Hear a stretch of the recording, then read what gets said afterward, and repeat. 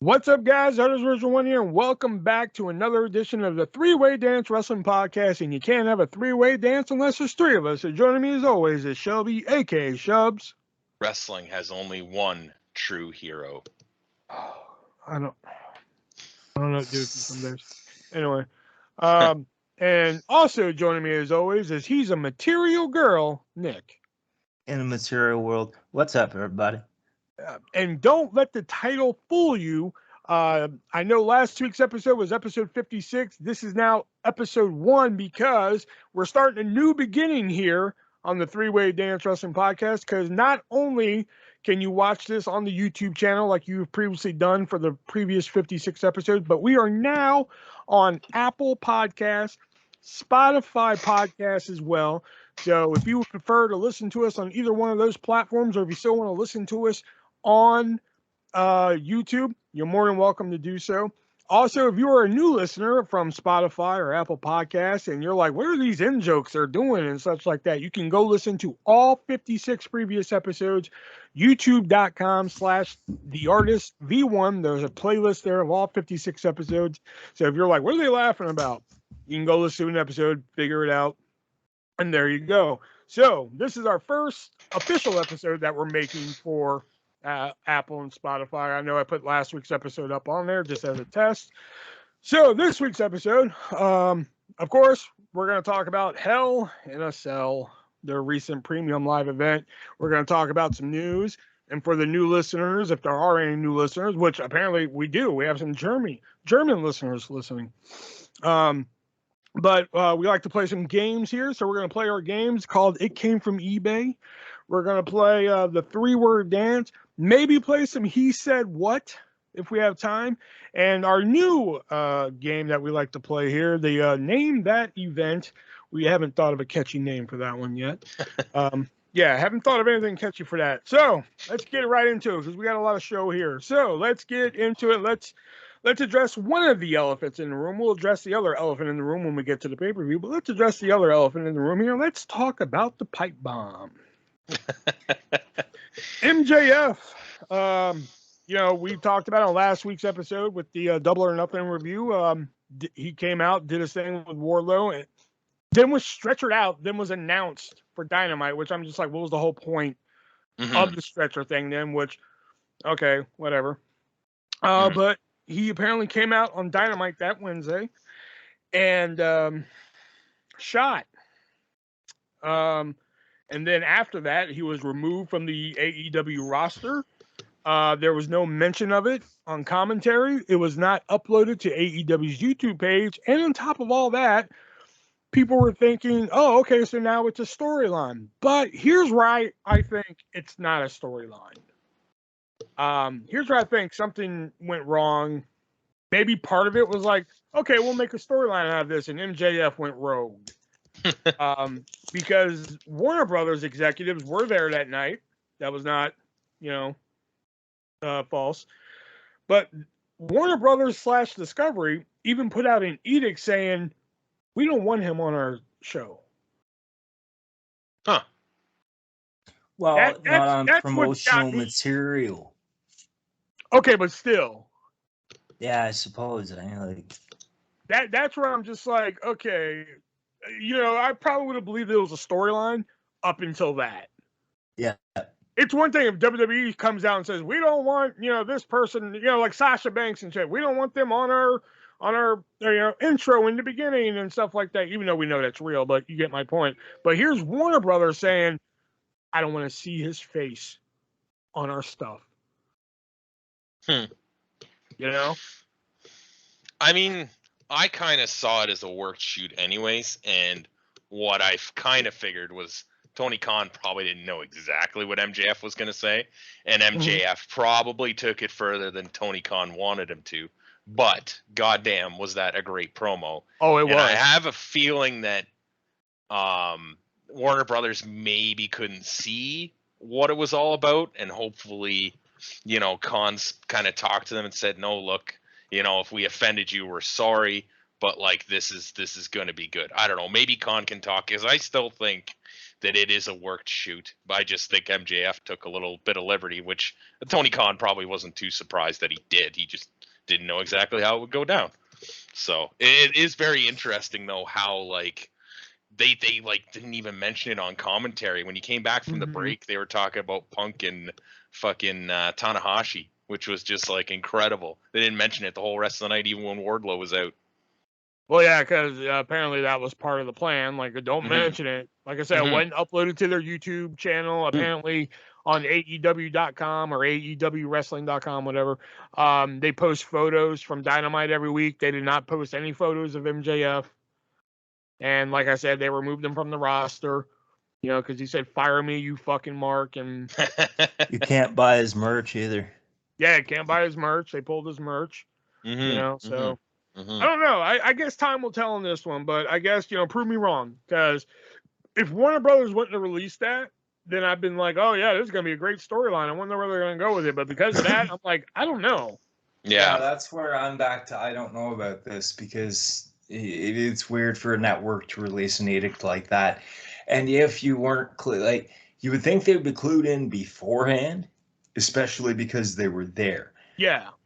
Like, and hey, this guy's going to come out and he's going to say some fucked up shit. Just know, you know. Hey, maybe they're in on it. Not. I doubt that. I don't know. They were there. Warner if they Discovery. Weren't there, I would agree with you, but I don't know.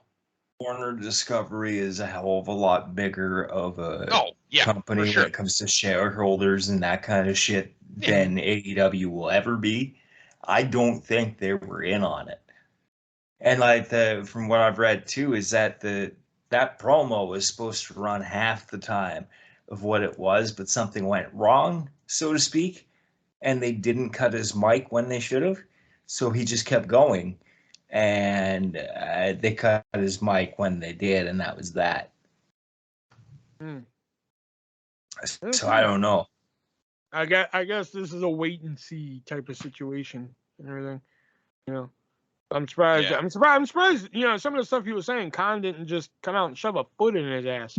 Hey, speaking of foot. Oh, come on. It was a long way to get there, but I got there, baby. That was a long, yeah. It was, but I got there. CM Punk announced on Friday on Rampage that he apparently has a foot injury, hence the segue foot. Get it? Okay. Yeah. And that he is not relinquishing the AEW World Heavyweight Championship, but there will be a interim world champion in a most convoluted fucking way they could think of, in a very TNA fashion. In a very TNA type of way. They're going to do a battle royal, which will then the winner of that will take on Jon Moxley, the #1 ranked contender. Tanahashi is going to be taking on somebody. I forgot who. Hiroki Goto. Thank you. The winner of that will take on the winner of Moxley and the Battle Royal winner, and then the winner of those two matches will face each other to become the interim AEW World Champion, and then whoever is the interim champion when Punk returns, they fight to see who the AEW champion is. I think now, you added a step. Now, for those of you playing the home version, grab a tissue, put it in your nose to stop the blood. Okay. But I think you added a step, because it's just so there's the Battle Royal, and then the winner of the Battle Royal faces Jon Moxley, and then there's Tanahashi and Goto, and the winners of Moxley and whoever, and Tanahashi and Goto then have the match for the title at Forbidden Door. Yeah, I said all that. No, you added a step, though. Yeah, you added like a weird step in the middle, but it's not a big deal. I think everybody understood what you were trying to say. I don't know what I added, but okay. It's just the way you said it. That nosebleed. Gets more tissues out. I think you just kind of got lost because of the confusion of the whole thing. If it were TNA, though, it'd be a reverse battle royal. Let's be honest. For the Terror Dome. Yeah. If you were TNA, you would have to do a reverse battle royal, and then those 8 people who get into the ring, you would then be eliminated by the last 2 numbers of your social security number, and then the brackets would be determined by dividing that last 2 numbers of your social security number by 3. But And if don't the forget last the penalty box. Yeah, and the penalty box. Yeah, once you divide your last 2 numbers of the social security number by 3, if it is a prime number, you then go into the penalty box for the duration of your fight, and then whoever wins the match, you come out of the penalty. It would get convoluted. Don't worry about it. You know, Tony Khan's like mental state has always been a question, and if you listen to the after Double or Nothing last weekend, the media scrum or whatever they call it, especially when he gets asked about what Bischoff thought of Punk and stuff, he really goes off. And this to me just sounds like something that like he just was like, oh, and then they do this, and then they do that, and then they do this, and then they do that. It's like, Jesus Christ, man, you could have like simplified the shit out of this and still made it really big. Cocaine's a hell of a drug. Yeah, is it cocaine or does he need Ritalin? I don't know. No, I think cocaine's a hell of a drug. Think about the amount of money the man has. Well, I mean, he could get all the Ritalin if he really wanted to, so you're probably right. Well, yeah. Cocaine needs to make a comeback. Hey, speaking of comeback, rumor innuendo would have it that a certain former WWE star could possibly be returning to the company, and that person is... Anybody know? Nick, you probably know. Shelby, do you know? It's one of 2. Yeah, I did read this. Cesaro. Right. Yep. Apparently, the rumor is that he's open to returning, even though he knows he's not going to be used as a top guy, basically getting that Dolph Ziggler money. I don't know. Would you guys be happy with Cesaro coming in if he was just going to be a Dolph Ziggler? Is that for sure what they're going to do, though? Essentially, that's what I've read. That if he does accept coming back, he's basically just going to be paid to be like Dolph Ziggler. Like, he knows he's not going to be used as a top guy, but he's just going to be there. I mean, I didn't really want to see him just go right to AEW. You know, that roster's like jam packed as it is. At least he'll have a little bit more time. He won't be on YouTube. Yeah, he won't be on YouTube. So. Like, he's not working for the NWA, which, I mean, fuck. Or AEW, so he's going to be on the national stage. He'll probably end up with the gang of morons of Sheamus, Reg, and Butch. I hope not, because, like, if you want a guy that can put anybody over and look good doing it, he is good at that. He is very good at that, and he should be used as a single. You know, I imagine they'll put him in NXT if they're going to... Oh, God, please don't put him in NXT. Please don't put him in NXT. Oh, they could put him in a mixed tag team with Windy Chu. Oh, fuck off. No. Oh, I was in a good mood when we started this. He could come back to NXT as Mr. Sandman. Oh, wearing pajamas and a little stupid cap. They're like, Mr. Sandman, bring me a dream. Bum, bum, bum, bum. Yeah, him and fucking Windy Chu, man. No. You think about that? No. No. I don't want to think about it anymore. Why don't they just shop NXT to Nickelodeon at this point? Fuck. Yeah. It'd probably be an idea that would get scraped anyway. Hey, speaking of scraped, a couple weeks ago, Michael Cole announced live on SmackDown that Sasha and Naomi were suspended indefinitely, and that a tag team title tournament would be in the future to crown new WWE Women's Tag Team tournaments. But it looks like that's been quietly scraped. You mean scrapped? I wonder why. Whatever. I know your fucking ass isn't laughing heavy with. Fair enough. I think one mistake out of 100. Hey, at least I was consistent. They scrapped this tournament, yet they made it look like Alexa Bliss and Liv Morgan were going to be a team on Raw last night. So I don't know how I feel about logic. Notice on Raw when Rhea Ripley was introduced, they were just like, Rhea Ripley, former women's Raw Women's Champion. That's it. That's all they said. Not even member of Judgment Day. No, I'm just saying, like, they didn't say, like, former tag team champion. They didn't mention that accolade. Well, Oh, I yeah, mean, it's fuck. not an accolade. Yeah. It's meaningless.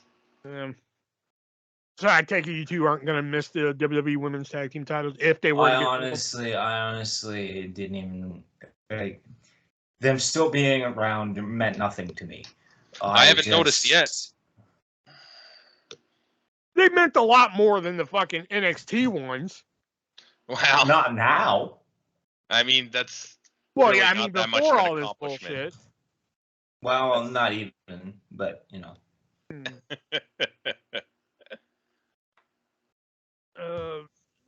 Maybe one day they'll make their return. Hey, speaking of return, couldn't think of that one there. Just got that one in. Yeah, I know. I had to think of one quick because I couldn't think of how to. In there. Yeah, I couldn't think of how to fucking transition this. But on NXT recently, there have been promos for a superstar known as Giovanni Vinci. Oh, fuck. And it looks like the person portraying Giovanni Vinci, Nick, do you know who it is without saying it? Okay, Shelby, do you know who Giovanni Vinci is going to be played by? No. Former Imperium member Fabian Eichner. Okay. Yeah. What is this? What is this? Basically, Tiffany Stratton, the male version. What is this? So it's basically, I'm thinking it's more like Italian Del Rio, and he's gonna feud with Tony D'Angelo, who's not a real Italian. He's an American Italian, not Italian. So he's gonna be. Now we have our answer as to why Fabian Eichner wasn't called up to SmackDown. It just sucks though. Because he's so gifted. What was wrong with Fabian Eichner? What was wrong with Walter? Yeah. Or Marcel Bartel? I can get behind Ludwig Marcel Kaiser. I can get behind Marcel Bartel because like that name is just it doesn't roll off the tongue. At least Ludwig Kaiser is a little bit more gooder. Mm-hmm. You know, I will give you Walter. Like fans come out and chant Walter. I mean, it's a good chant name. Gunther. No, doesn't work for me. But all right, that was the news for this week. So we know what we head into now. We head into some of our games we like to play here on the Three-Way Dance Wrestling Podcast, and that is It Came From eBay and the Three-Word Dance. And the way It Came From eBay works is that I give Nick and Shelby 3 items that I found on the interwebs of eBay, and they have to figure out which one is the most expensive of the 3. We play a best of 3 rounds here, and they get points for it. We keep a running total of the points if I can find them. I know who's winning. Shelby takes a lot of pride in this game. Hell yeah, I do. Well, all right, so let's go to this page here. All right, so your first 3 items are the Undertaker sealed Christmas ornament. It is a sealed Christmas ornament. It has everybody's favorite dead man on the ornament there. Because when I think Christmas, I think Undertaker. Not signed by Tully Blanchard? Not signed by Tully Blanchard. Or is it the WCW Nitro Grill? If you guys remember the Nitro Grill. The WCW Nitro Grill t-shirt. Gross. Yeah. Or gross. Or is it the 1989 Demolition poster? This is a 23 by 35 inch poster featuring Axe and Smash of Demolition. Which one of these 3 are going for the most expensive price on eBay? The Undertaker Christmas ornament. Honestly, I'm thinking the ornament as well. You both picked the cheapest item of the 3. Wow, really? The most expensive item, no points. The most expensive item is actually the 1989 Demolition poster, going for $199.99. Gross. What is this with you and gross? I don't get it. This thing tonight. All right. Oh yeah, last week it was him being bitter. Now it's going to be him being. Yeah. All right, your next three are the 1991 Ultimate Warrior Spiral Notebook. This is just a plain spiral notebook that features everyone's favorite Ultimate Warrior on the cover. Or is it the 1985 Hulk Hogan and Roddy Piper bookmarks? It is two bookmarks. One features Hulk Hogan flexing, saying, "I'll save your spot, brother." And the other one is Roddy Piper, and I don't know what his says. Probably like, "I'll save your spot." You know, I don't know. Or is it the WWF Coliseum home video keychain? Coliseum home video keychain. Shelby? I'm going with the notebook. Ooh, no points. Oh, Fuck damn. off, the bookmarks. It was Save actually your the spot, brother. It was actually the 1985 Hulk Hogan and Roddy Piper bookmarks, going for the price of $99.50. I should have known there was a Hulk Gross. Hogan item in there. Like, fuck. All right. The last three here. I'll save your spot, brother. Okay. Is it the Ultimate Warrior suitcase? This is a child-sized suitcase that features, again, everyone's favorite Jim Hellwig right there, flexing. Yeah. Travel with the Warrior. Exactly. Or is it the WWF 1991 Rocker School Folder? This is a typical school folder that you would take to school that features Marty Jannetty and Shawn Michaels. Or is it the 1991 Hulk Hogan backpack? It's just a typical backpack with everyone's favorite Terry Bollea flexing. Does it say I'll pack your stuff, brother? Let's go to school, brother. Unfortunately, it does not. So which one of these three items are going for the most expensive price on eBay? The Rockers folder. I go with the backpack. No points. Oh my god, again? Fuck. It is actually the Ultimate Warrior suitcase, going for the price of $65. God damn. All right, I'm gonna give y'all one more chance at points here, just because y'all didn't score any. All right. I don't know. I kind of like that I if still the points don't matter. Like, wow. All right, so the last one here, bonus one here. Is it the Big Boss Man foam nightstick? This is a black foam nightstick that features Big Boss Man. That sounds dope. Is it the 1992 Tatanka foam tomahawk?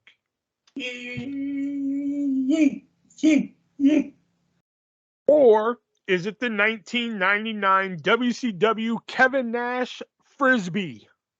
The Kevin Nash Frisbee. Honestly, I'm going with the Frisbee as well. It stays in the room during sex.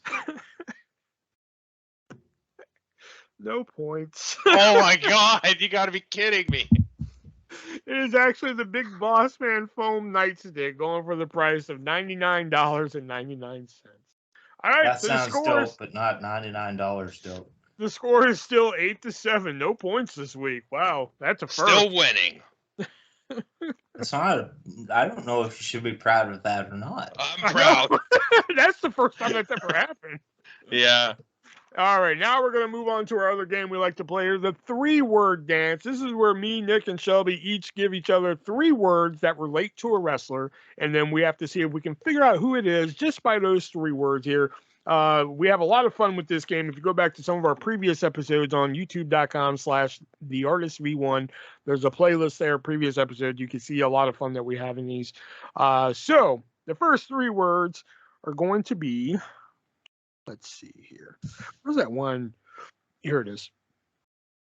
First 3 words are lunch, shoulder, Josh.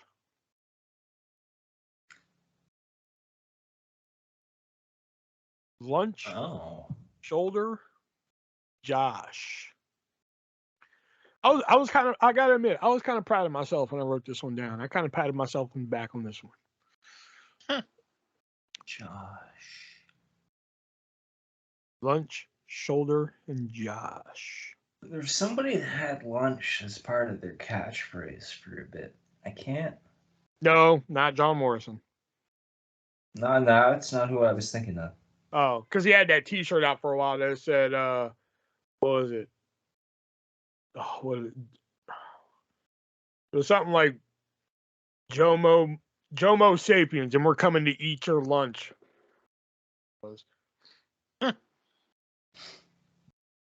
Lunch, shoulder, Josh.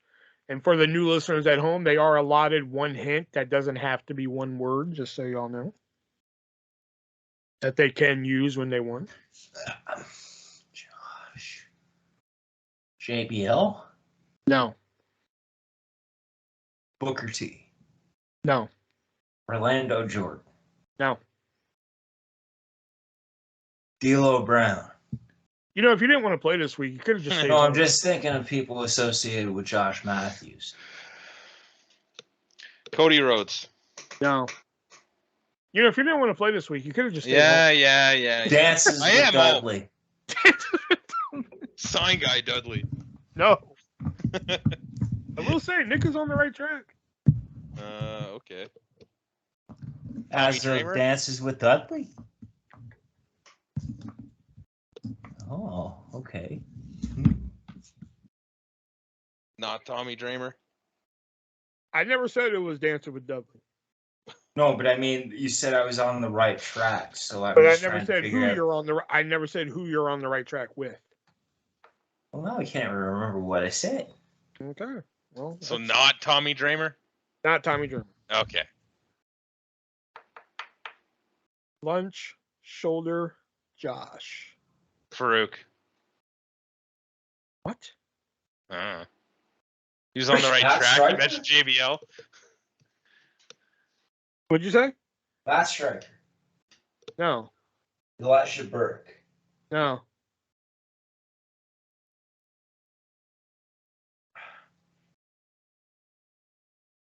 Todd Grisham. No. Matt Capitelli? No. Al Snow. No. Shaniqua. What? No. Jackie Gator. No. Damn it. Oh, girly talking about. Batista. Miz? No. No.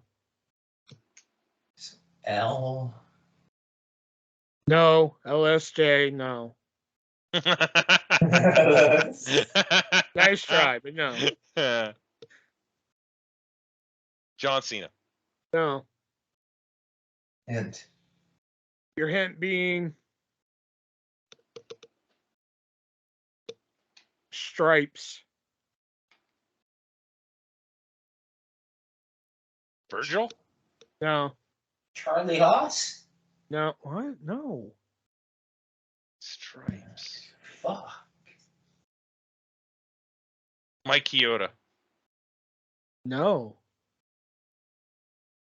Earl Hebner. No. Teddy Long. No. I don't know if he's trying to hint. Tim White. Tim White. There it is. Oh shit! The shoulder. Lunch because of lunchtime suicides. Yes. Shoulder because that dislocated shoulder that ended his career. Josh Matthews was his running buddy on lunchtime suicide. Oh yeah. And stripes because referees wear stripes. That was a good one. Yeah, like I said, I was proud of myself when I wrote that one. I don't think anybody's done a referee yet. Next 3 words. Preacher. Television. Ted DiBiase. No. Funk. What was the second word? Television. Big E. Nope. Too Cold Scorpio. Nope. Slick. Devon. I heard Slick. That's a no. Sorry, Will. Devon? No. Oh. But he was a preacher, he was television champion, and he's funky. Devon. He's funky? I don't know. I'm trying to justify it. I don't Mick know. Foley. Nope. James Mitchell. Nope. Oh, Sure.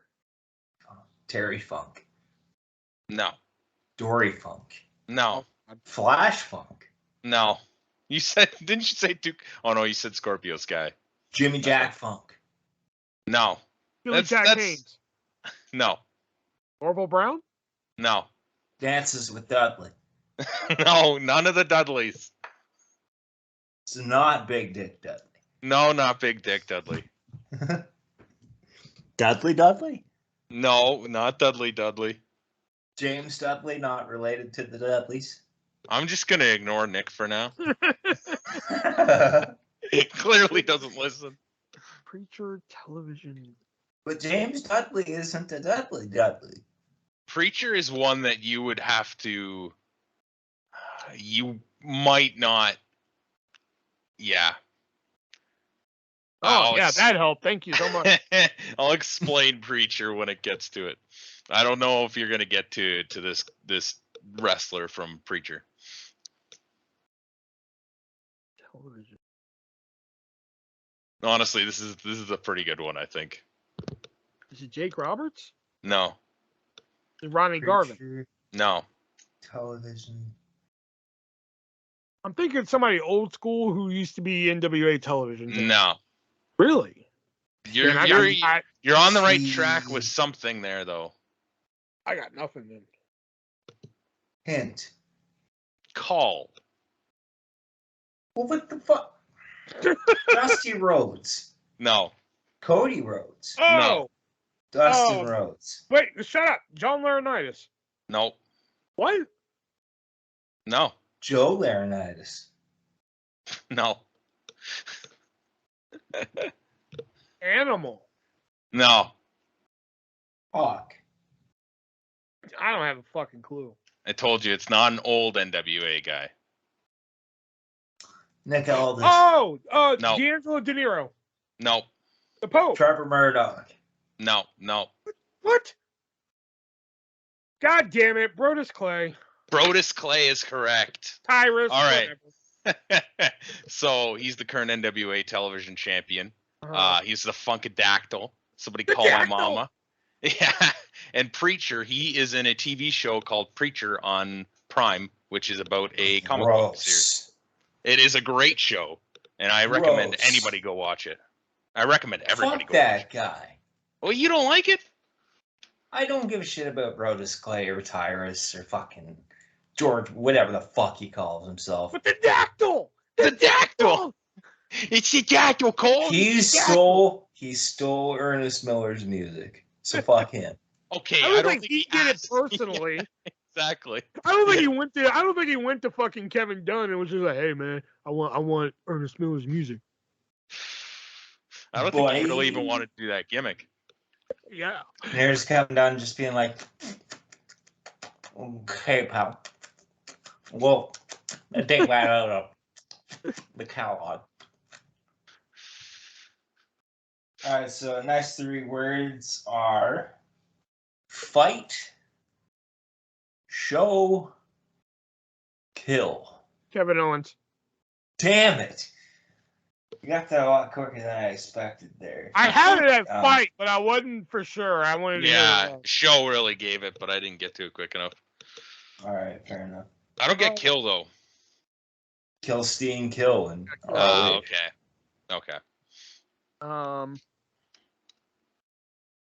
Okay, your next three words are, if one of you, I'm not going to mention who, but if one of you don't get it, I'm going to be severely disappointed.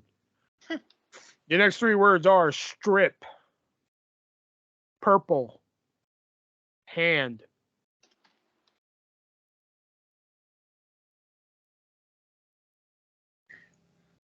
Strip, purple, hand. Yep, y'all are going to disappoint me. Yeah. Velveteen Dream. Again, I don't have 17 Velveteen Dreams written down. Randy Savage. No.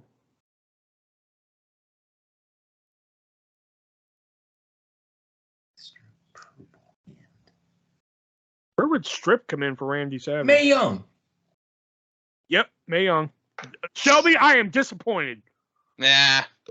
Strip because she stripped that Royal Rumble purple because she wore the purple one piece, and hand because, well, the hand. I was trying to figure out the purple, how that would work with her, but fuck. You have disappointed me. All right, next 3 words. This is by the way, this one's a thinker. This is my proudest one yet tonight. I might get shit on for it though.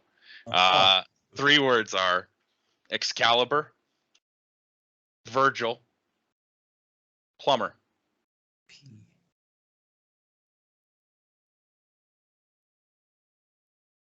Kenny Omega? Nope. EVP. Cody Rhodes?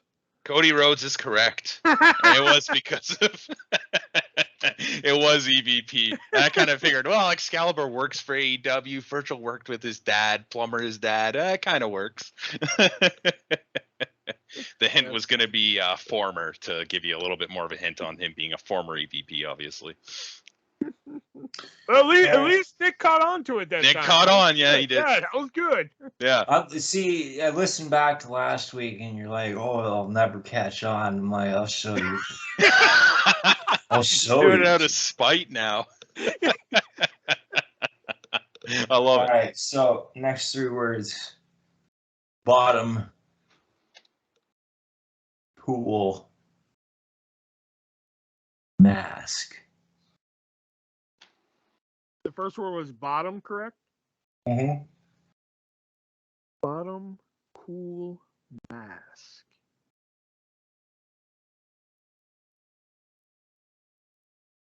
Bottom, cool, mask. Is it Carlito? No. And when I say pool, it's Pool. Oh, like, pool. My bad. Pool, yeah, not cool. Sorry. Bottom, pool, mask. Okay, so it's obviously a person. That's all you got, isn't it? Yeah, so far. I'm working on it. I'm getting there. So obviously, no. Obviously, Kane. A person with the head. No, it's not. They have Kane. to wear a mask. So I'm piecing this together. A person with a head, so they can wear a mask. Possibly with an ass because of bottom.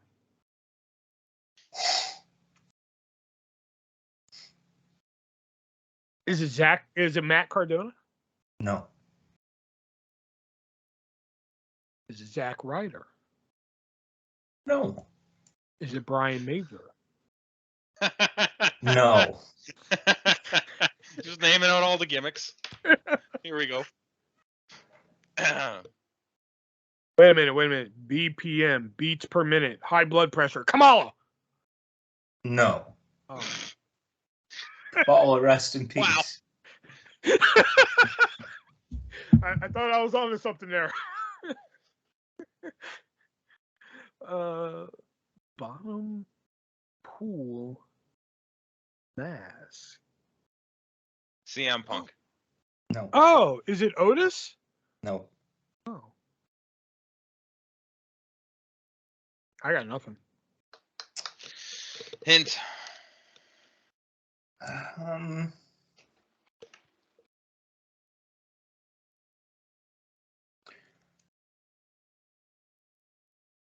Eric Young. Super Eric. No. Shark Boy? There you go.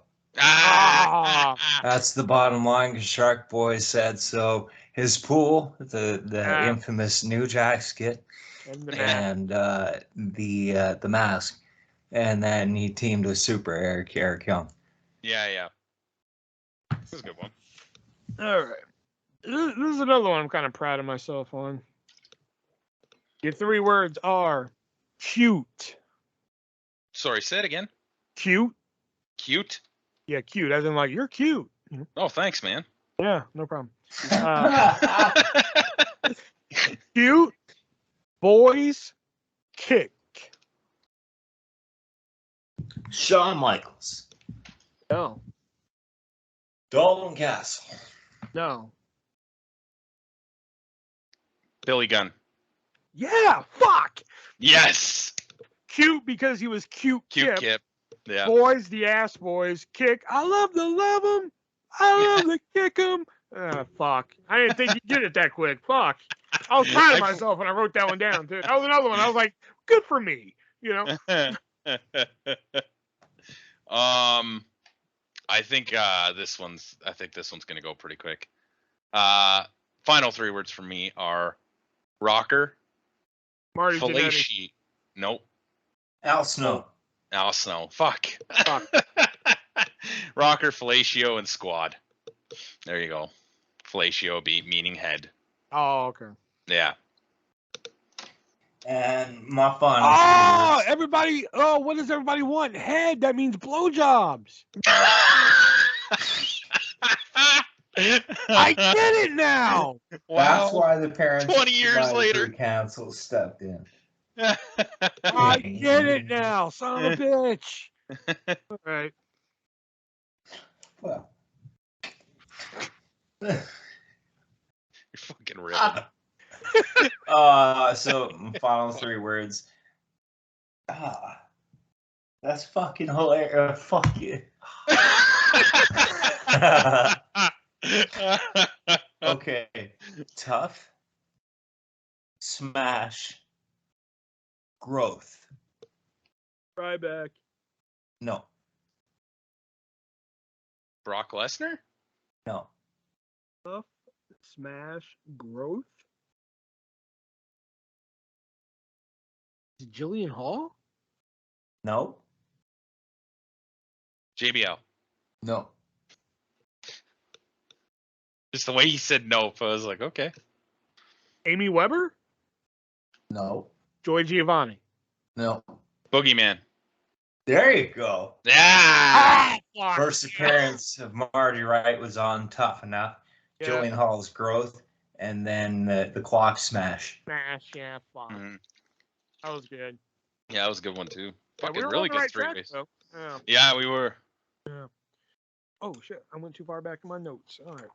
All right. So that was the 3-word dance there, and now is when we move on to our review of the premium live event known as Hell in a Cell. But before we get to Hell in a Cell, I gotta ask you guys something. You know what I've been watching recently? What's that? I've been watching. You guys remember that '70s show, right? Yeah. You know they actually had a spin-off show called That '80s Show. I did know 12 this. episodes. Yeah, and I've actually been watching that on DVD, and you can pick up that DVD from one of our sponsors, the great people over at hardtofindtv.com. And if That '80s Show is not really your deal, and it's not a lot of people's deal because it only lasted 12 episodes, I'm like one of 12 people who like it. Yeah. You can head on over to hardtofindtv.com and you can find thousands of other TV shows that are probably your deal, ones that have never been released before on physical media and ones that haven't been on physical media in quite a long time. And they're going to put those on Blu-ray and or DVD for you for a great reasonable price. They'll even put subtitles on there for you in any language that you can think of. If you need French subtitles on your That '80s Show Blu-ray, they'll do it for you. If you need to watch That '70s Show in Farsi, they'll do it for you. I don't know how, but they'll do it. I'm just a middleman. I don't know how they do all that stuff.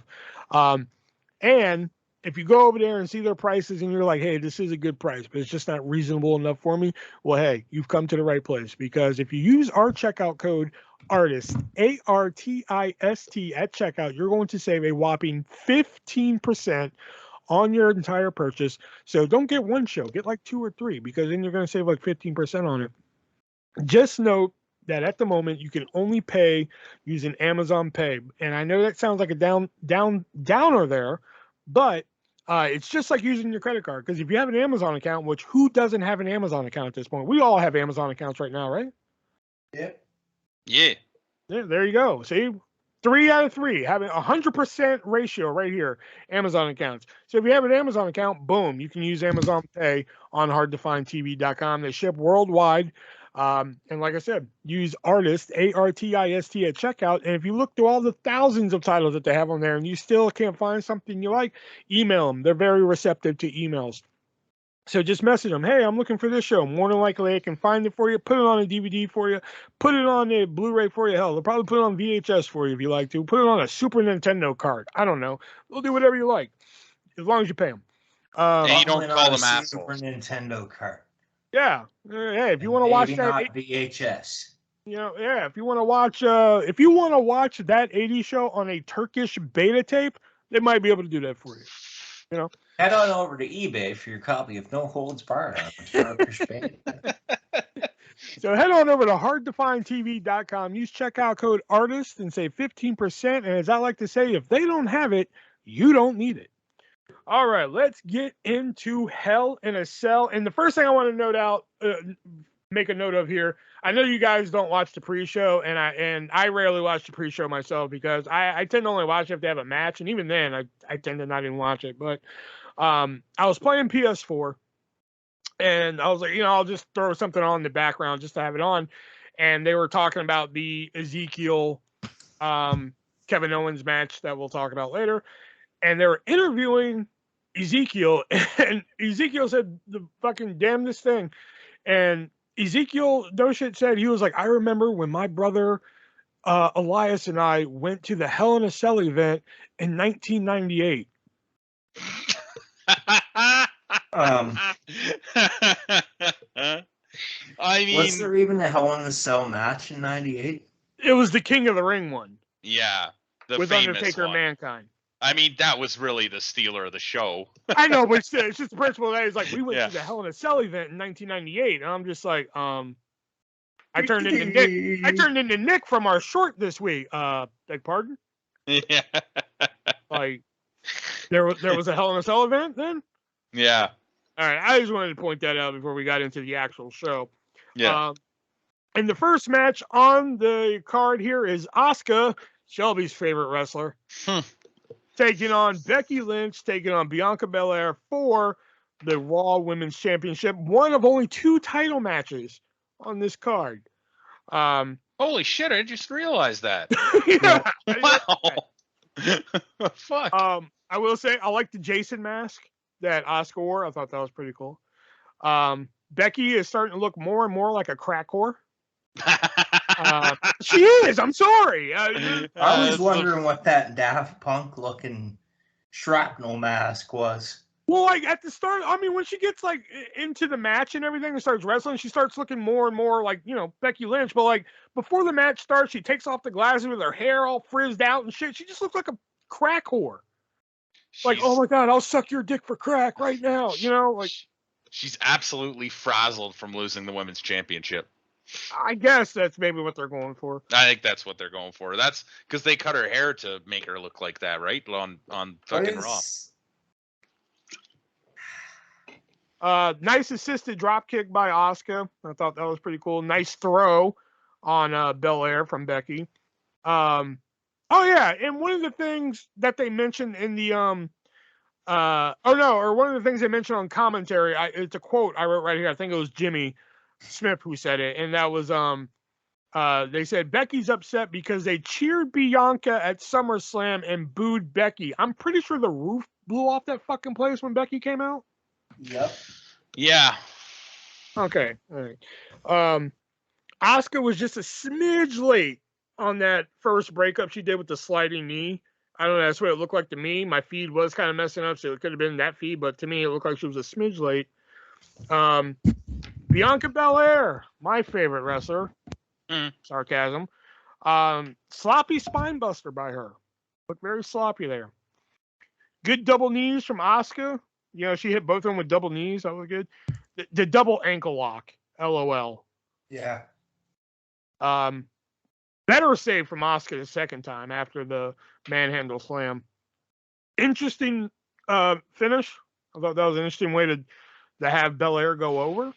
Overall, it was a fun match. I've been a big critic of Bianca Belair, so I had to give it 3.25. I give it 3, because it got kind of clunky towards the end. But I thought that the 3 of them complemented each other well for a triple threat that probably shouldn't have happened to begin with. They could have put Bianca and Becky in the cell, and it probably would have sold better. I know Shelby's not a big fan of 2 cell matches. No, but that would have been a better way to go. Yeah. Yeah. Asuka could have waited for either one of them. Mm-hmm. I just feel like they kind of jumped to the triple threat, and then we're like, oh, okay. I guess that was just them saying, like, hey, Asuka's still a thing. Yeah. Yeah. What did you think, Shelby? I gave it 3 stars, though. I've seen this match, I don't know how many times since we started doing this fucking podcast. Seems like at least every other pay-per-view, they're having a triple threat women's championship match. Whether it's Charlotte and fucking Ronda and fucking Bianca, or it's, this one here, or it's Sasha Banks. And I mean, Sasha Banks isn't there anymore, but it's like AEW with the 3-way tag matches. And we see more of these, but at least there's less people in them, so it's a little less confusing and off-putting.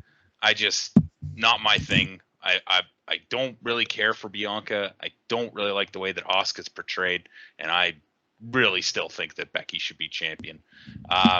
Just if you want to know what I really thought of this match, just go back to any pay-per-view and listen for a 3-way women's championship match, and that'll sum it up for you. 2 out of 5. Wow, that's actually generous coming from you. It's generous because there wasn't any weapon use, and I enjoyed that. Well, there didn't need to be, though. Exactly. But I thought it was good. I thought it was good without the weapon. I can enjoy a match without weapon use, despite popular belief. So. Yeah.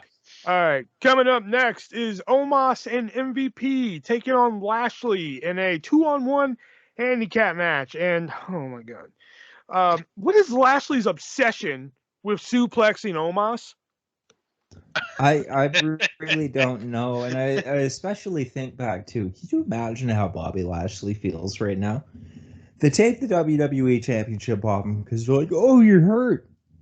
And then he's back for WrestleMania for Omos, and now he's stuck in a program with Omos. Like, come on, seriously? Bobby Lashley isn't a great babyface, though. That's the thing. I think he is. But he can't do a promo, though. He doesn't need to, though. I wrote 3 notes for this match. All right, I wrote, what is Lashley's obsession with suplex and Omos? 2, a timekeeper spot, ... yay.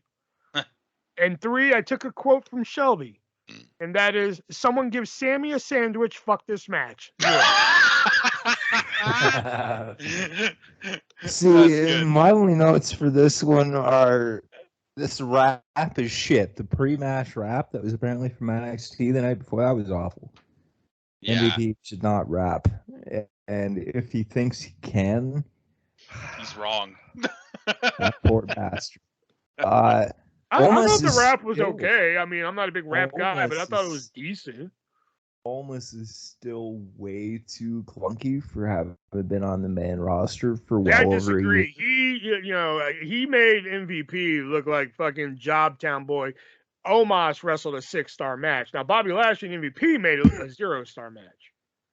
Sure. Omos looking like fucking... Sure. I just want to mention that, like, the last time I talked about Omos being like a 6-star match, you two just listened away and was just like, I don't think so. And I'm just like, do y'all not realize I'm trolling y'all? Like, that ass fuck should be nowhere near main show TV. He shouldn't even be, like... No. Fuck him and fuck this match. 2 stars at best, and that's being generous. Like, I give it just a fucking 0. Fuck. Like I said, you know what? Shelby. Fuck that. I'll give it 1. It gets a 1 star. Fuck the that. The only note I wrote down for this was that MVP and Almost make a better tag team than Almost and AJ.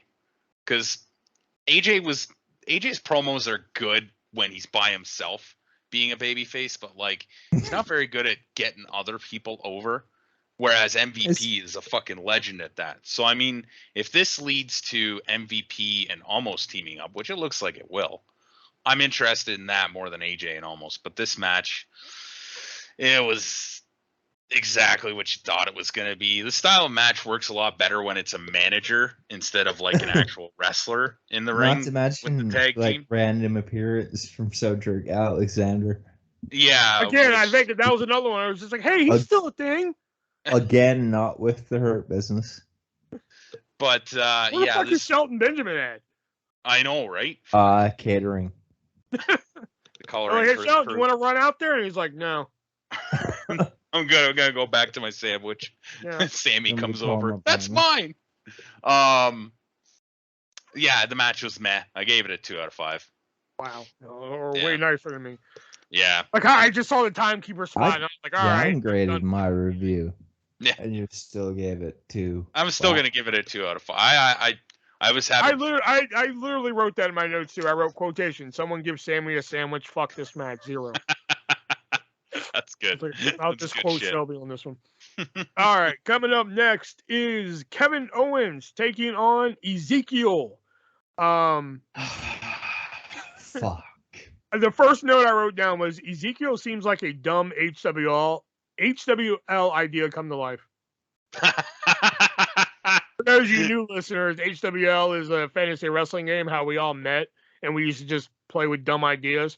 And this just seems like a dumb one that, like, hey, wouldn't it be funny if we did this? And we're like, we actually fucking did it. I did like the nice senton and moonsault by Kevin Owens there. That was good. I like how the whole match, Kevin Owens is screaming, Elias! Elias! It's Elias! Yeah. But then, like, once, like, Ezekiel is kicking his ass, like, he yells at him, like, Ezekiel, no! Fucking Owens on, like, in his matches when he's just saying random shit is the best. He's so good at it. For some reason, at the start of the match, the crowd was like, Zeke, Zeke, Zeke, Zeke. But then, all of a sudden, the fans fucking turned on him. Yep. The fans turned on Zeke quick, and they're like, he's Elias. They started chanting that. I'm like, what the fuck did he do? They realized how stupid they were being. How stupid he looked. How stupid he looked as like an Ultimate Warrior, Randy Savage with a shaved face gimmick. When did the pop-up powerbomb just become another move? When he That's started what I doing the wondered stunner. too. Yeah. And you know, I get it. Owens is like supposed to be a top guy. I get it. Former Universal Champion and everything. But here's Ezekiel, the quote unquote new babyface and everything. Why did Owens need to go over? Because I thought Ezekiel's that was fucking hilarious. 2 stars. 1.5 stars. This match didn't need to happen. You if they're gonna have no timeout, offside, traveling, clipping. Hold on, or icing for you Canadians. We have a lot of Canadian rank listeners. This fucking lower than Omos and MVP versus Lashley. Yeah, no, I relegated that review to a 1. Oh, okay. And this one gets a 1.5, barely, because this didn't need to happen. I haven't for 1 second believed that Ezekiel was a separate person. If nobody fucking does. They could have brought Damian Sandow back for a night and made him Elias and like tried to troll us more, but instead Kevin Owens won the match. They're gonna figure out how to do that without Damian Sandow. They're gonna figure out how to put both of them in the same place. No, I know they're going to figure it out. I know they're gonna figure it out. I don't know how, Bray but they're Wyatt gonna or whether it's fucking. I hope it's not Bray Wyatt. Could you imagine? It'll You'd have to lose some Bray weight. Wyatt. Bray Wyatt comes out. Hello, I am Elias. Walk with Run. me. Run with me. Run with me. He comes out in the Fiend mask. Hello, I'm Elias.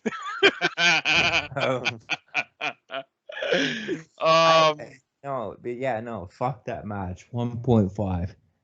I enjoyed the match, but Of course did.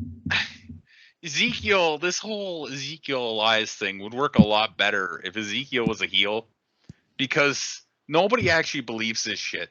They just think he's really fucking stupid or a liar. So why would I get behind a guy that's either really dumb or is lying to me? I don't understand that part of it, but I mean, it was a good match, and I do like Ezekiel's look. I think It's he good looks shit, like a pal. star. It is good shit, pal. But yeah, KO winning was like, what? Yeah. I couldn't believe it. It was amazing. Like I saw him hit the stunner, and I'm just like, how's they're gonna kill the stunner here? And then it was 3, and it was over. I'm like, huh? But like, if they want this Zeke train to flow like they do, I think they really need to stop. Well, trains don't mentioning- really float there, buddy. I said flow, but I mean, you flow. know. What's up, bad man, Verk? If they want to fucking- get behind this Zeke train, they really need to drop this whole Elias shit and just like fucking leave it. Just they should have just had him come out and be like, "Yeah, my name's Ezekiel," and then people would have been like, "Oh, so they just renamed him." Okay, but Shave instead they his went with beard this- on live TV. or that. I mean, sell some tickets out of it, shave his head and everything. But I did. Save his he's whole gonna fucking be a body puppet live for- on TV, like stacking He'll off, end up man. being a puppet for Joe Gacy. But I did enjoy the match. I am interested to see what Zeke does next, and I'm hoping they drop this whole Elias bullshit. I gave it a 3 out of 5. Wow. Yeah. All right, coming up next here is the new club, or after last night, the old club. Oh, Taking fuck. on the Judgment Day, or should I say now, the new Judgment Day. First thing I wrote down was Rhea's ring gear. Yes, queen. Yes. Yeah. Awesome assisted Hurricane Rana and Rhea Ripley. That headbutt. Jesus. There was another line on commentary I had to write down, and that was Edge got in Rhea's ear and said, "You are better off on your own." So Edge got in her ear and said, "Hey, you're better off on your own. Come join us." Yeah, I can see where you mean. But I think Hey, they're you're better referring off on your to. own. Come join our group with us. I mean, considering the fact that. Oh, she's yeah, like okay. number one I get it contender now. for the Raw Women's title now. I mean, I can kind of see where they mean, but I get what you're saying. Yeah. Oh my God, Finn chopped the fucking soul out of Damian Priest. Oh, Don't that was you fucking incredible. Oh my God, he chopped the fucking soul out of him. Beat the tar out of him. Stop doing hot tag spots in mixed tag team matches. Stop it. yeah, it looks really stupid. Yeah, like fuck. If only the women can. Now, if they were an intergender match, fine. But it's a mixed tag. If the women can only fight the women, you don't need your 2 men going towards the women. No. Doesn't make fucking sense. That Rhea Ripley suplex where she crosses the arms and floats her through and then picks her up, and it's too goddamn convoluted. Simplify it. Good dives. Simplify it. Simplify it. Simplify it. Yeah. Good dives to the floor, and then why wouldn't just Finn Balor just jump over Rhea Ripley? Good question. When he was going for the coup de grace? See Monday Night Raw. Yeah, but still. Edge was the one laying down. Dude, if they were going to kick him out anyway, why not drive his feet to him? See Monday Night Raw. I disagree. This logic is fucking shit. I will say, like, you know, the last 2 Edge versus AJ matches, I really didn't care. I thought this was better as a group thing, but 2.75.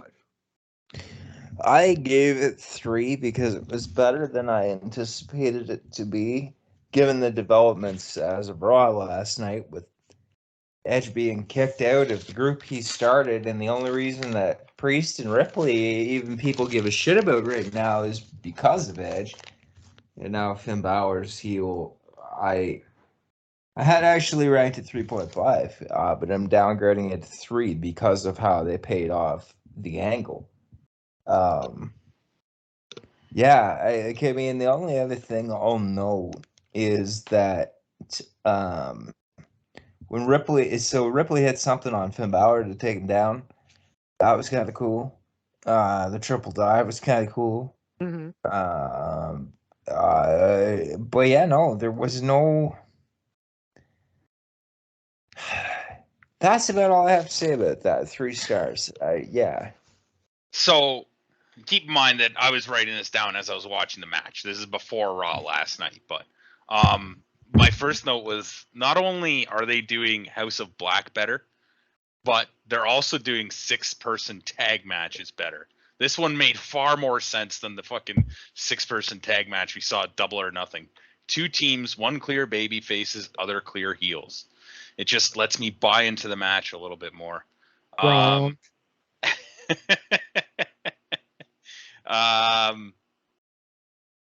They're not having the lights going out. They don't have the stupid masks. It was good. It was good up until Monday night. But I did really enjoy this match.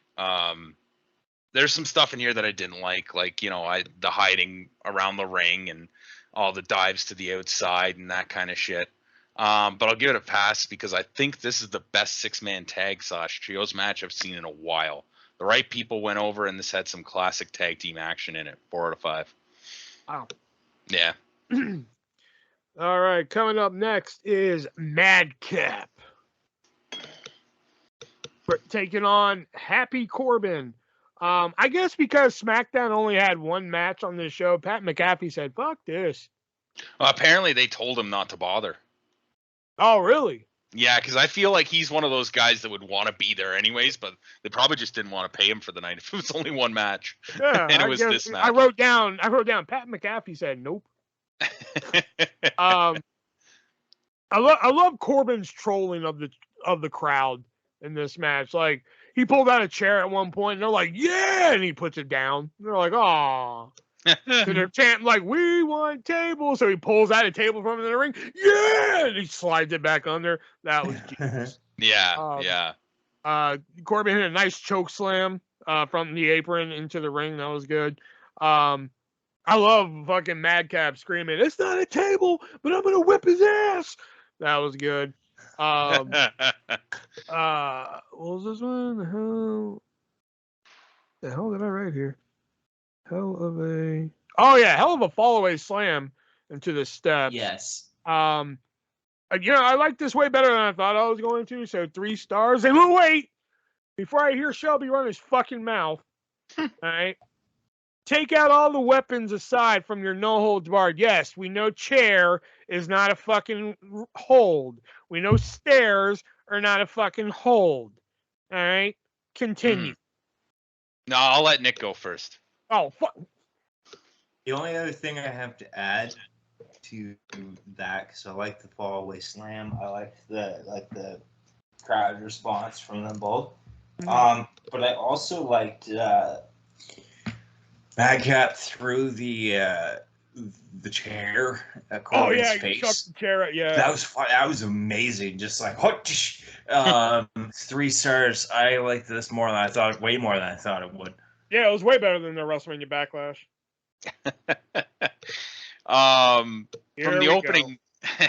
From the opening package, it was a great package also, but I picked out one line from it that I thought was incredible, and it was Corbin saying, I huff and I puff and I put Madcap Moss in an ambulance. I fucking love that line. This was surprisingly good. The beginning of it, they weren't setting up furniture. They were having a fight and the furniture was getting in the way. He puts them on the announce table, smashes them into the stairs. They're not using these weapons. These weapons are just getting in the way. It broke down a little bit and they started using the chairs and the stairs and stuff. But this felt like a fight from beginning to finish. And I was very surprised at how much of a badass fucking Madcap Moss looks. They honestly, just change his name back to Riddick or just come up with something new. Get rid of the Madcap thing. I think you have something on your fucking hands here. 4 out of 5. I think they need to change his entrance music back to joke, joke, joke. No, they need to stay the fuck away from that bullshit. Very interested in Madcap. I can't wait to talk about this. All right, coming up next is Theory defending the United States Championship against Mustafa Ali. And the first thing I want to point out, okay, I am shocked as hell. I don't know if Mustafa Ali did this to fuck with Vince or WWE or something, but how in the, okay, CM Punk contracted to AEW. How in the fuck did Mustafa Ali get CM Punk inspired gear past WWE? That's what I wondered. I was like, oh my, that's CM Punk inspired gear.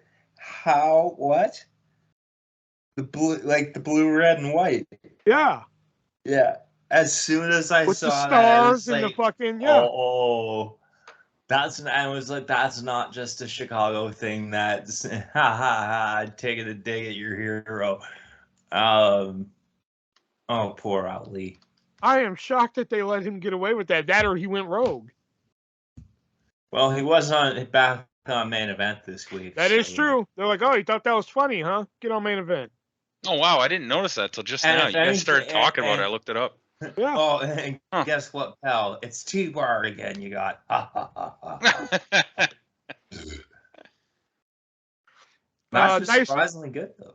Yeah, nice crossbody to the floor. Hell of a bump, Ali. Hell of a front bump Ali took to the floor. Great spinning heel kick by Ali. Unique Spanish fly by Theory. That was fucking crazy. Yeah, I love He that. like grabbed him from underneath and was like gonna throw him over, but instead they both went. It was like, holy shit. Yeah. Love that fucking tornado DDT that Ali does. Ali went up to the top rope. I didn't mention these in other matches, but I finally mentioned it here. But Ali went to the top rope, I think, for a fucking 450. And Theory, like, shakes the rope or hits the rope and crotches Ali. This was the third goddamn crotch spot of the night. Yep. There was one in the six-man tag, and I think there was another one in, I think Ezekiel and Kevin Owens. Like, that spot just kept coming up tonight. It was pissing me off. Why doesn't Ali do the 054 anymore? This was still a fun, cool down match from the No Holds Barred. I gave it 3 stars as well.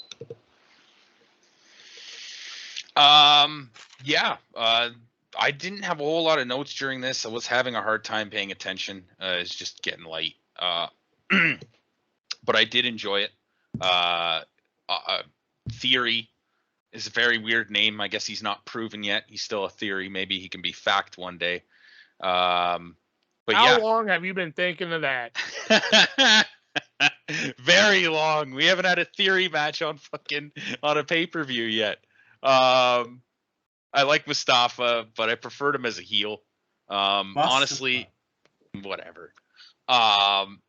Keep the belt on Theory for a long time, and you could have a future top guy on your hands. 3 out of 5. He'll be coming up against you can't see me before too long, so yay. All right, and the main event for the Universal Championship. Kidding. The main event, though, Seth freaking Rollins taking on Cody Rhodes, and the big story going into this is that Cody Rhodes tore his pectoral muscle going into this match, but he said, nah, I'm still going to perform. And we're like, oh, then he's faking then. Oh, he took off that ring jacket. Oh, damn. He wasn't faking. No, the air just dissipated from everybody's lungs when he took that fucking jacket was like, off. Oh. Yeah. It was insane. I was thinking the same thing. This is just holy fuck. Because especially like after the whole CM Punk thing with him getting injured, I was like, oh, they're just playing this up, and it was like, no, they're not. I can't help but notice that there's still no raising platform. Yeah, I think they just got tired of it. It's too expensive. They canned that. They use it twice. Yeah. Well, you got to use it they for his canned big it. return, right? Whatever. That Plus, bruise Jay Cargill uses it now, so. That bruise is sickening. Mm-hmm. It's one thing to wrestle like that, but to have Seth work it is fascinating. Oh, like it's one thing to actually work a match like that, but to have like Seth like use that as a focal point like Yeah. stab the fucking kendo stick in there, and I mean, he would have looked dumb if he didn't. So it's just well, I kudos know, for but like, But Cody still, to you fucking go had through to that. think, holy yeah, but you fucking figure pain. since he's injured, it'd be like, okay, like let me do shit to like not aggravate this even more. Yeah. Let's work around it and shit like that. But like, no, he went balls to the wall with it. Yeah. Seth's weight belt, LOL. That's all I wrote. Seth's gear. Oh, Yeah. well. Seth Rollins doing that dive through the table where he missed a frog splash. That was, oh god. I just wrote this. I just started writing down shit at one point. I just wrote down impromptu Texas bull rope match. Yeah. Yep. I guess this was like their hint to like, this is going to be our fourth match, but since Cody's injured, we'll just do it now. What was this? The good what? What was I write? Good something through table. Oh, good power bomb through table. That's what I wrote. I wrote Rhodes with the pedigree. Remember when that finished, people? Mhm. Nice false finish. Remembers. Nice false finish, and then it was a great actual finish. I'm only giving it this score because the fact that Cody Rhodes was actually able to work that match and do that shit and actually have Seth Rollins work that torn pectoral muscle, I gotta give it 4.5 stars out of 5. I gave it 4. I couldn't rank it above their other matches, but I couldn't rank it last because Cody. Like, holy shit. What did Seeing you that think, bruise, Shelby? like, whoa. Oh, sorry, you weren't done.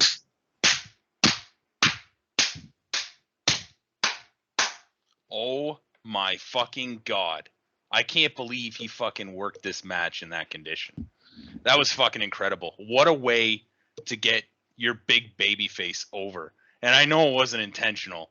And I wouldn't hope somebody gets injured to this point ever.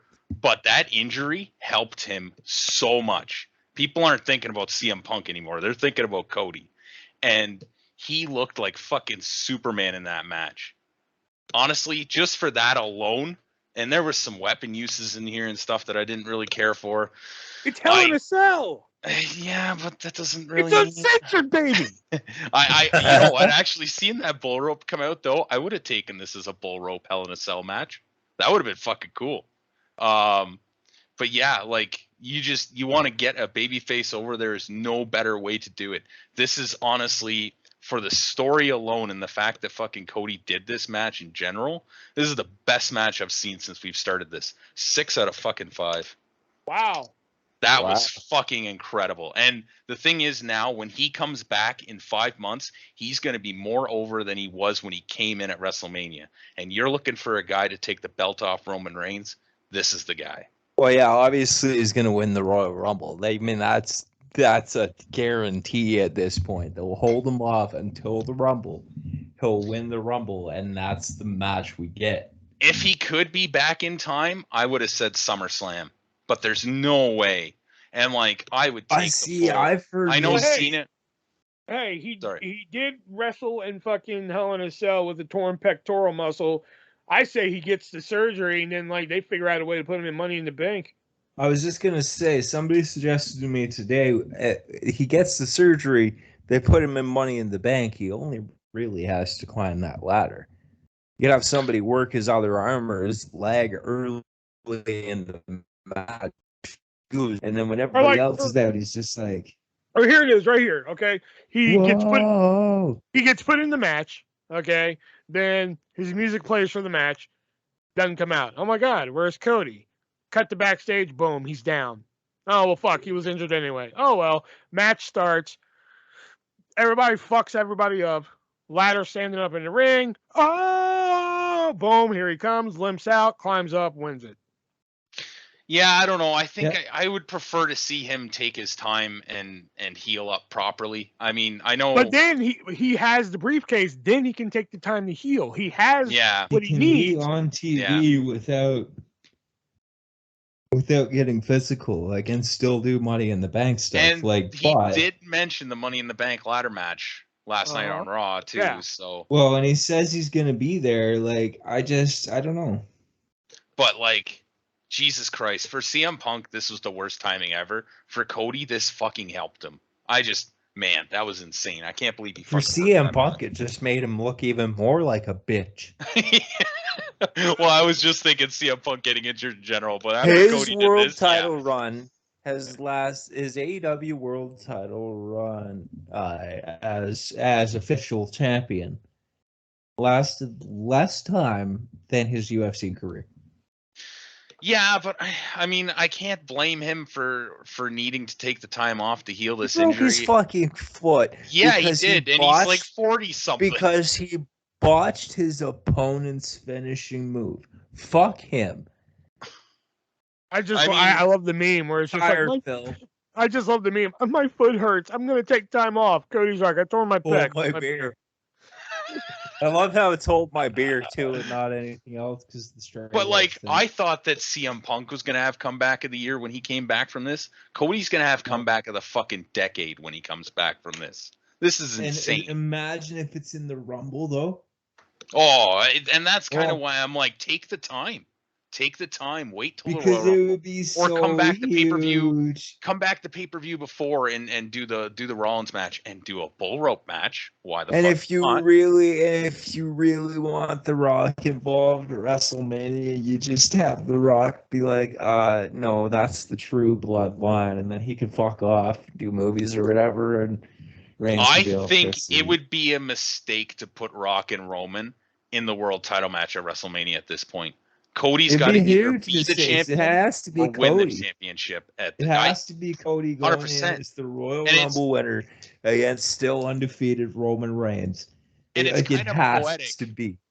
It's kind of poetic too that Cody left AEW because he wanted Punk money. It is hilarious. I can't believe how fucking good this match was. Like I said, it's one thing that he worked the match with the torn pack, but the fact that they actually worked it. They could have easily did the match and worked around it. Yeah. The fact that they're like, oh no, we're actually going to stab it and fucking hit it and all this shit. Yep. That was something I was like, God damn. Because if I was in that position, I probably been like, yeah, I'll do the match, but can we work around it? Can we do this? Can we do that? Can we do some other spot? But no, Cody's like, yeah, fucking hit it. Yeah. That's how you build. That's how you build your top babyface to take on your top heel champion. Yeah. He is the only person that you can tell me now that has a chance against Roman Reigns. Fucking incredible. God damn. So on a scale of 1 to 10, overall, what do we give WWE's Hell in a Cell? 7. I'm going 7 too. I gave it an 8. A lot of these matches actually kind of surprised me, especially Madcap. Like, fuck me. And the Cody match was great. This is the best Cody match I think I've ever seen. We lost CM Punk this week, but we still got Cody. And I guess we don't really have Cody, but I mean, the match was still there. So, yeah. All right. So that was our review of Hell in a Cell. And we are going to get into some more fun here, some maybe a fact of the week here. But before we get into that, we got to give a shout out to a sponsor here. And that is, hey, Shelby, Nick, let me ask you guys something. You guys like beverages? Oh, yeah. Yeah, do you guys like drinking stuff so you don't, die? Fuck yeah. Oh, yeah. Yeah. Well, hey, I have a drink for you guys, and you're going to love it. It's called Raise Energy, okay? And you can get Raise Energy at repsports.com, all right? They have tons of flavors to choose from. They have the new flavor, Lemon Italian Ice. So if you don't want to go to the store and get your Italian Ice and you want to drink your Italian Ice and get energy from it and get hydrated from it, Raise Energy has you covered. Plus, they have, they have the grape bubble gum. They have the mango guava. They have one of my personal favorites. They have the Baja Lime, which is like lime mixed with coconut. It's actually really good. Plus, they have a flavor that I think Shelby likes. What's that flavor, Shelby? Oh, Galaxy Burst. That's the one. If you like Pink Starburst, then you'll love Galaxy Burst. And if you head on over to repsports.com and use the checkout code ARTIST, ARTIST at checkout, you will save 15% on your purchase. And if you are listening to this on YouTube, in the description down below, you will see a link that will send you to a free pack full of goodies, 4 cans of Rays, some packets of pre-workout energy, sleeping powder, whole bunch of good stuff. Just use that checkout code ARTIST, and you'll also get a free $10 gift card. All we ask is that you cover shipping. So yeah, head on over to repsports.com, and while you're there, also pick up a Rays t-shirt or a repsports.com hat. All this and more, repsports.com. All right, so Nick, what is your fact of the week? So, according to Freddie Prinze Jr., of course, the famous actor and former WWE creative team member, WWE was actually set to book Beth Phoenix versus Karma for WrestleMania 27. The reason it didn't happen, though, is because The Undertaker found out that it would involve Michelle McCool losing the Divas Championship, so he had it canceled. Oh, wow. He played the Yep. husband card. Yep. Wow. But wouldn't that also thrown, even if Michelle McCool would have lost out, wouldn't that Karma would have gotten pregnant, so wouldn't that have like thrown wrenches in the plan anyway? Yeah, but yeah. All right, which one do y'all want to do? Do y'all want to do He Said What or the pay-per-view one? Which one do y'all want to do? Don't all speak at once. He said what? He Said What? All right. He Said What is a game we like to play. If you guys are familiar with the board games, Speak Out or what's the other one called? Watch your mouth. Watch Your Mouth. Thank you. You put in these unique mouthpieces and you try and say phrases in the game, and your opponents have to guess what they are. Well, we do the same thing here, but we put a wrestling twist on it. And we say wrestling related phrases or wrestlers or wrestling matches, such like that. And we do keep a running tally of a score here. So for the sake of time, we're only going to do one round tonight, just so we're clear. Sounds good. So 1, 2, 3, 4, 5, 6, 7. I have 7 here, so pick 1 through 7. And I will say there is a category here that will piss you off. 7. 6. 7 minus 6 is 1. Damn, not the 1. Okay. So 1. All right. The category is popular jobbers. Popular jobbers. Here we go. And you heard it in, you talk like this. So, all right, your first sign. That's hard.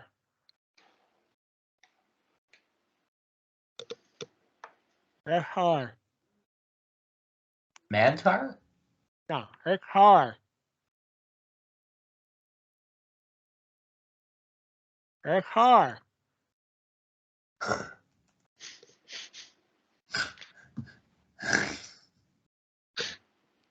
That's hard.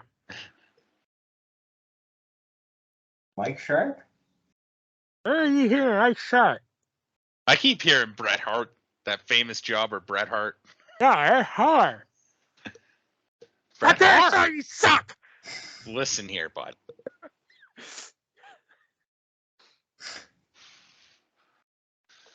That's hard. Brett Favre. Yeah, there you go.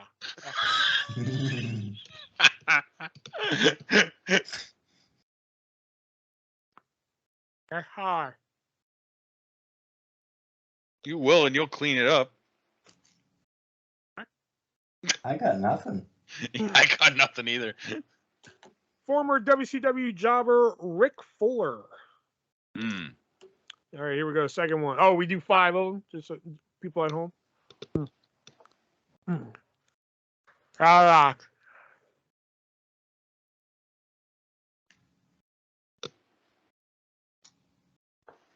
Rock. L-Lock. Rock. L-Lock. Rock. L-Lock.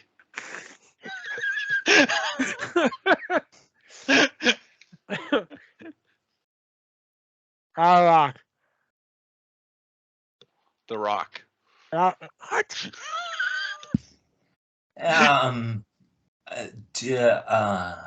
Rock. Rock. L-Lock. Rock.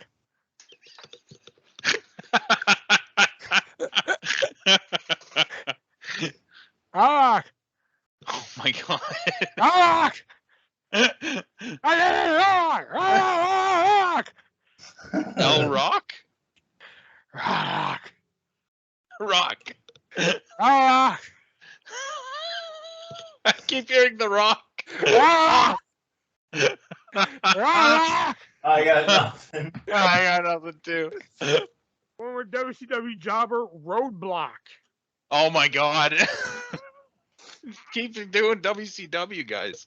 Jesus. Okay, all right. I won't do a WCW guy this time. Oh. And Har.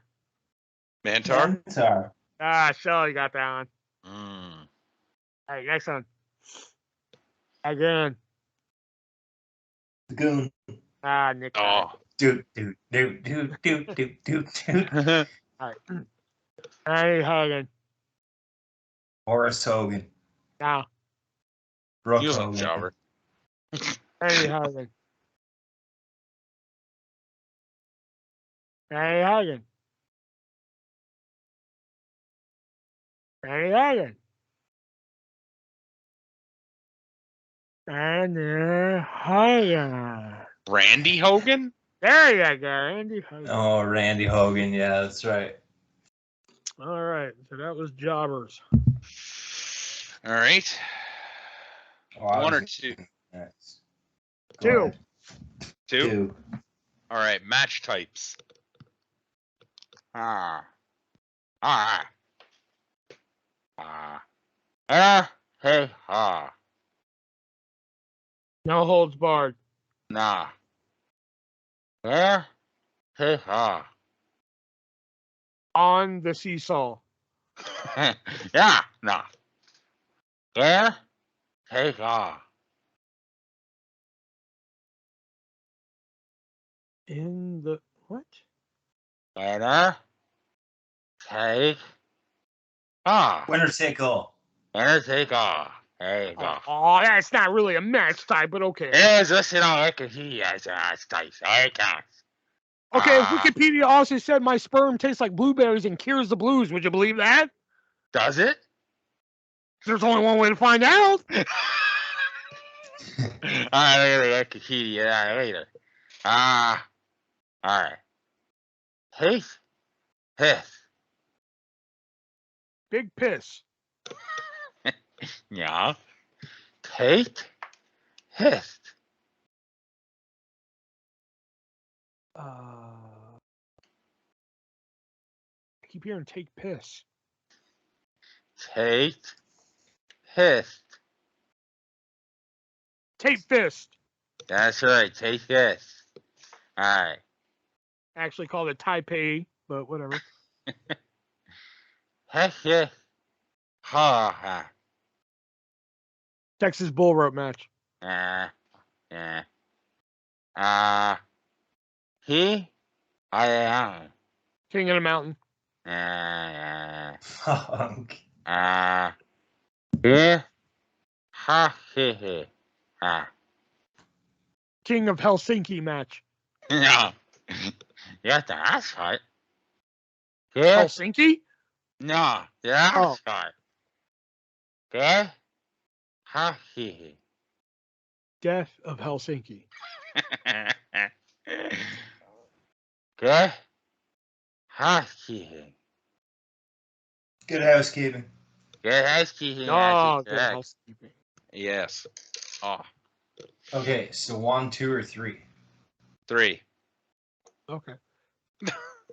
All right, so 3 is pay-per-view names. This could be any wrestling company, like WCW, WWE, TNA. You know what I'm saying. So,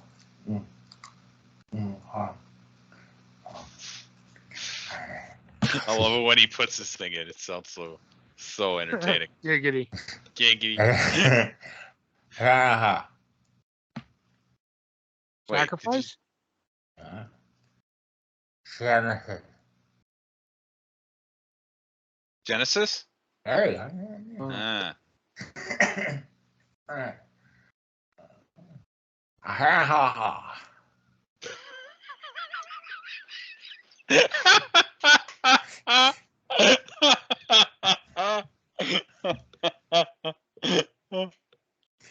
Has a ha.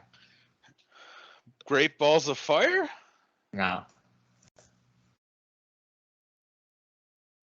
Has a. Fatal Four? No. Ahead of Oz? No. Ha Eddie ha si ha ha.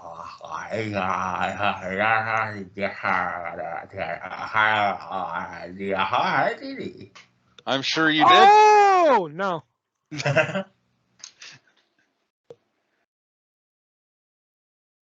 Again.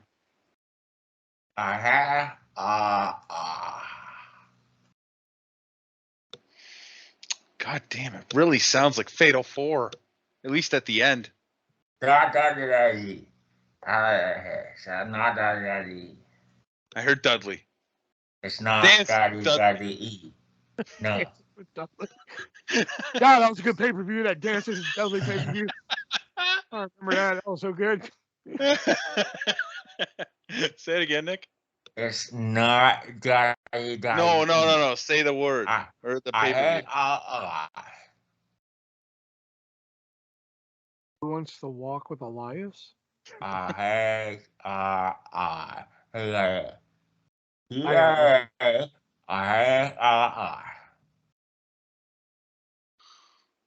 got nothing. Yeah, me too.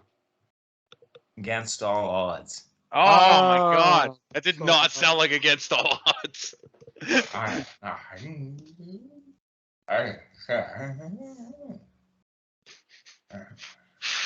What did you ever not about that? Great Great Balls, of Fire. Yeah. Seed. Greed. Greed. Fuck.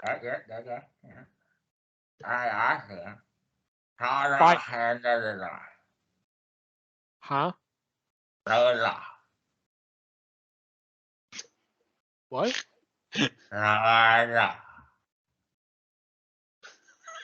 Tada? Red dog. Beware of Dog?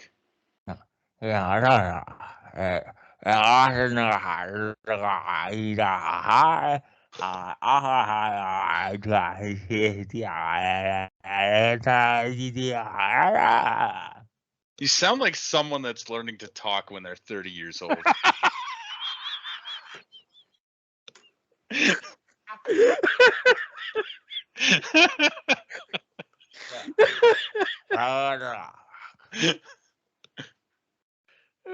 I don't know.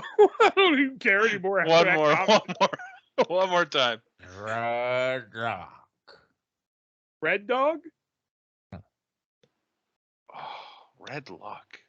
Red dog. Fuck. Red Luck. Real drunk. No. Roadblock. Oh, What was it? Roadblock. Wow. Considering that I had Roadblock earlier, I should have got that. Oh, that's funny. Was that your last one? Yeah. All right. So now we're gonna play our other game, Name the Event here, which I think I'll pull some up while you guys are going here. So why but don't we this just do one- one each then? Do what? Have you? Well, look at the time, and then we'll do one each because. Yeah, we'll look at the time. So the way this game works, we can't take credit for this game. This is kind of a reworked game from what's his name? Jim Cornette. they kind of play like a version of this game, but like it's done with territories from like the 1920s, with like Orville Brown and George Hackenschmidt and shit. Wow. I mean, not quite, but yes. So we're not that intelligent to No. go. I mean, we know a lot about wrestling, but we're not that fully, you know. Yeah. 80s Yeah, and so- forward, pretty much. Exactly. So Yeah. what's going to happen here is that one of these guys are going to read pay-per-view cards, and we're going to see if we can guess the pay-per-view card and the year just by the pay-per-view card. So I got one pulled up here, so I'll go ahead and go first here. All right. All right. These matches happened on Sunday Night Heat first. Okay. Val Venus defeated Joey Abs. Okay. The Godfather defeated Meat. Huh. And Christian defeated Viscera. And on the main card, Jeff Jarrett defeated Edge, and there was a championship on the line. Oh. In the next match, the Acolytes took on the Hardy Boys, and again, that was a title match, and it was Acolyte rules. Judgment Day 99. What'd you say? Judgment Day 99. Ooh, no. Over the Edge. No. I just watched the fucking Jarrett and Edge match the other night. What fucking pay-per-view was that? The next match was D'Lo Brown taking on Midian in a championship match. Fully loaded 99. There it is, Shelby. There we Damn go. it. The other That was matches, actually going to be my match of the week, but I changed it. the other matches were Big Boss Man defeating Al Snow for the Hardcore Championship, Big Show defeating Kane, Ken Shamrock defeating Steve Blackman in the Iron Circle, Road Dogg and X-Pac defeating Billy Gunn in China, Triple H defeating The Rock, and Stone Cold Steve Austin defeating The Undertaker. That Oh, no. Acolytes and Hardys match was interesting. I didn't watch like the whole thing, but it was weird, especially seeing Michael Hayes there. Oh yeah, Oh, 'cause he was their nice. manager for a bit. Yeah. Yeah, and it was a 2-on-3 handicap match. Oh yeah. All right. So, Yeah. for this one, there was no pre-show or dark matches. Okay. Starting off the card, it was a three-way match with a title on the line. Brian Kendrick versus Alex Shelley versus Austin Aries. Second match, tag team match with the title on the line. Brooke Tessmacher and Tara versus Rosita and Sarita. Then we had D'Angelo De Niro versus Devon. Title match, Mickie James versus Winter. Crimson versus Rob Van Dam. Six-man tag, AJ Styles, Christopher Daniels, and Kazarian versus Abyss, Gunner, and Scott Steiner. In a tag team match, titles on the line. Lockdown Bobby 2009. Roode, no. Bobby Roode and James Storm versus Anarchia and Hernandez. And one-on-one title match, Sting versus Kurt Angle. Slammiversary 2009. No, Lockdown 2008. no. Bitch, you didn't say a steel cage match for any of them. No, but saying a steel cage. Against All Odds 2008. No. Think about your years and think about the fact that RVD is on this card. Think about who, sorry, is on this card? Think about the years and the fact that Rob Van Dam is on this card. Yeah, no, I'm just trying to figure out when the fuck he got in there. Bound for Glory 420. No.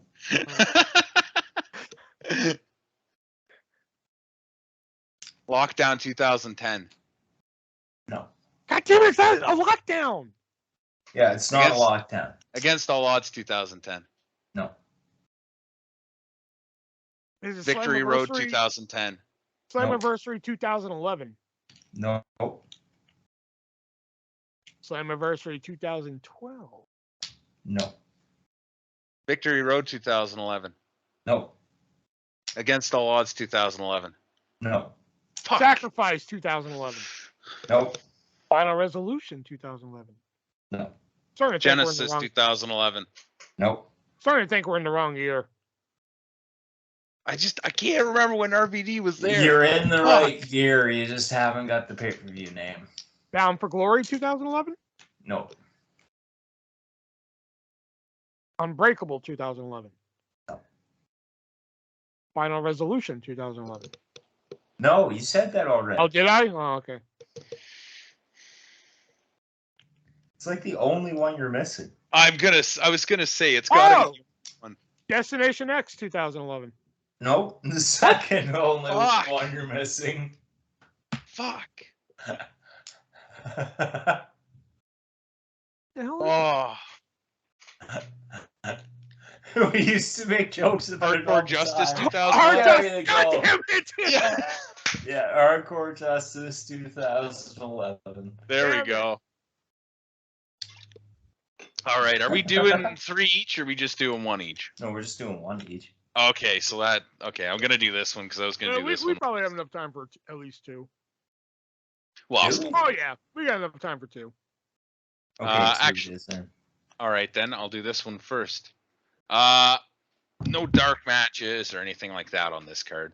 Opening match: the All Night Express of Kenny King and Rhett Titus defeated Adam Cole and Kyle O'Reilly. Colt Cabana defeated T.J. Perkins. Sarah Del Rey and Serena Deeb defeated Amazing Kong and Daisy Hayes. Eddie Edwards defeated Sanjay Dutt. Homicide defeated Christopher Daniels. The Briscoe brothers and Mike Briscoe defeated the Kings of Wrestling of Chris Hero and Claudio Castagnoli and Shane Hagedorn, sorry. Super Card of Honor 2011. Nope. Super Guard of Honor 2009. Nope. 2008. Nope. Death Before Dishonor 2011. Nope. Damn. Roderick Strong defeated Davey Richards for a championship. And in an unsanctioned fight without honor for El Generico's mask or Kevin Steen leaving ROH, El Generico defeated Kevin Steen.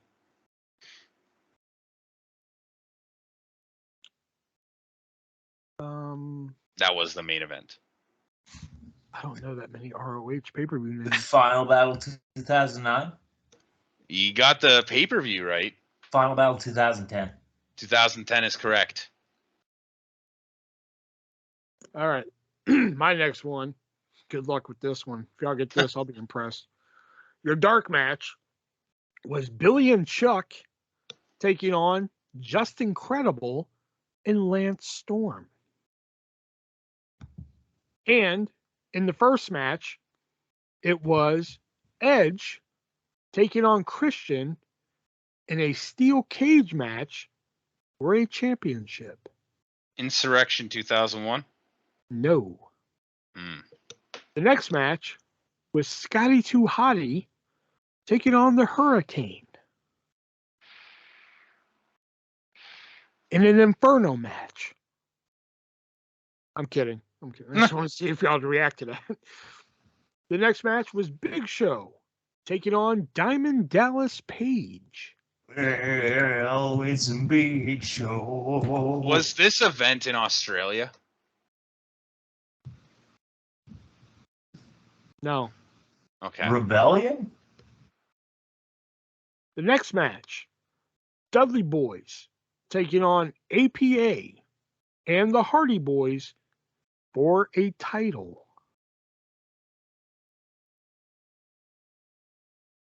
The next match, William Regal. Rebellion Taking on- 2001. Son of a bitch. How did you know that? I knew it was one of those UK I know pay-per-views. things. How did you know that? I know things, pal. The rest Plus, I of have them, that VHS tape. the rest of them were Chris Jericho defeating Kurt Angle for the WCW Championship, Lita and Tori Wilson defeating Mighty Miley and Stacy Keibler, and Who's Stone Mighty Cold. Who's Mighty Miley? Shut up. And Stone Cold Steve Austin defeating The Rock. All right, so dark match: Jimmy Wang Yang versus Sylvan. Then your main card: Matt Hardy versus Gregory Helms. In a title match: Paul London and Brian Kendrick versus KC James and Idol Stevens. No Way Monte- Out 2003. No. No Way Out Montel 2006. Vontavious Porter versus Marty Garner. No Way Out 2006. No. Mr. Kennedy versus The Undertaker. Armageddon 2003. No. Armageddon 2006. Falls Count Anywhere. Rey Mysterio versus Chavo Guerrero. Chris Benoit versus William Regal. A main event 4-way match. No, it was a title match. King Booker versus Finlay versus Bobby No Lashley Mercy 2000. versus Batista. Armageddon 2006. No. 2005. No Mercy. What year, Shelby? 2006. No Mercy. Bingo. Damn it! Yes. I thought it was Armageddon. 2006. You were like 2003. I'm like, you're fucking so far off. Yeah, you were saying That's why I just 2003, kept I saying didn't want to say 2006. like, Yeah. I was like, I know it was like, I wasn't sure if it was 06 or 05, but. I had my ears off on that one. I don't know. All right. No pre-show, no dark matches on this card. Starting out, Steve Regal defeated Brad Renegas for a championship. Sherry Martel defeated Candy Devine for a championship. Mil Mascaras defeated Buddy Roberts for a championship. The fuck? Greg Gagne, Scott Hall, and Kurt Hennig defeated Ray Stevens, Nick Bockwinkel, and Larry Zbyszko in a tag team match. AWA Super Clash 3. Nope.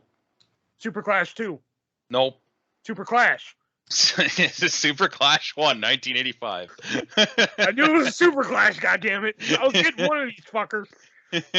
All right, so that brings our score to Shelby at 4, me at 3, and Nick at 5. Damn. nice. Yeah. Last week he didn't give any, though. You what? Last week he didn't give any, though. Yes, I did, because remember I gave the No. In Your House. No, Nick didn't. Oh, Nick didn't give any. Yeah. Oh, my bad. All right, so how much time is left here? Oh, yeah, let's wrap it up. All right, so now we move on to our vintage pick of the week. This is usually something that we think you should go out and seek and watch. If you haven't seen it before or want to watch it again, we suggest you go out and watch. So, Nick, hit us with your vintage pick of the week. So it's when Kevin Owens powerbombed Machine Gun Kelly out the stage, because I can't get enough of that brilliant piece of TV. Excuse me. Goes to shake his hand and is just like, oh no. Powerbomb. On Raw sometime in 2004, I believe it was July, for the Intercontinental Championship, Edge versus Randy Orton. Nice little match. And with MJF's pipe bomb going off, you got to go back and watch the original pipe bomb, CM Punk's pipe bomb. Thought you were going to say Brian Pillman. Or an original, or if you are tired of that pipe bomb, go and watch the Joey Styles pipe bomb. Not a lot of respect for that one. I love that one.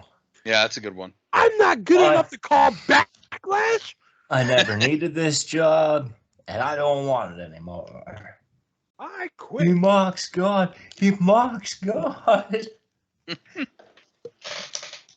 I just like that. I'm not good enough to call Backlash. Backlash? It's like, you know. There's the bell, so we know what that means. That signifies the end of the Three-Way Dance Wrestling Podcast, a new beginning here on the Three-Way Dance Wrestling Podcast, starting our new journey on Apple Podcasts and Spotify. And it will still be available on YouTube every Wednesday. But if you want to throw in some headphones and listen to us on your walk, on your jog, in your truck, On the bus, in your truck when you're driving up north, yeah, on the on bus. a plane, You want to light some candles in your bathtub, pop in some maybe on a boat. maybe on a boat. Shit, yeah. You can listen to us there. You can listen to us here. You can listen to it. Okay. Anyway, Yeah, there you go. So if you want to listen to us on Apple Music or Apple Podcasts or Spotify, you can. You can still listen to us on YouTube. I'm not going to freak out about the views anymore because we have 2 other ways that you can listen to us. Be sure you tell your friends about the Three-Way Dance Wrestling Podcast if they like wrestling and they like and podcasts. then promo codes. Yeah, and the promo codes too, which we didn't even talk about the other sponsor, which is great people over at moviesreusa.net, which head on over there, use our promo code 3-way, the word, not the number, and save 50% on your purchase. You can get all of season 1 of Lucha Underground. Exactly. Seasons 1 and 2 of Lucha Underground. Oh, hey. Not to mention the entire 1997 year of Raw is War, plus thousands of other titles you can choose from. Use the checkout code 3-way, save 50% on your entire purchase. We didn't even, that's how much time we use that. We didn't even get to the other sponsor and shit. Next week, we are going to be reviewing a movie, but we just haven't figured out what it's going to be yet. We'll probably figure that out once we turn off the recording. So we will hear from you guys or see you guys next week. So until next time, for Nick and Shelby, I'm the VENMO TheArtistVersion1. Remember, be breezy.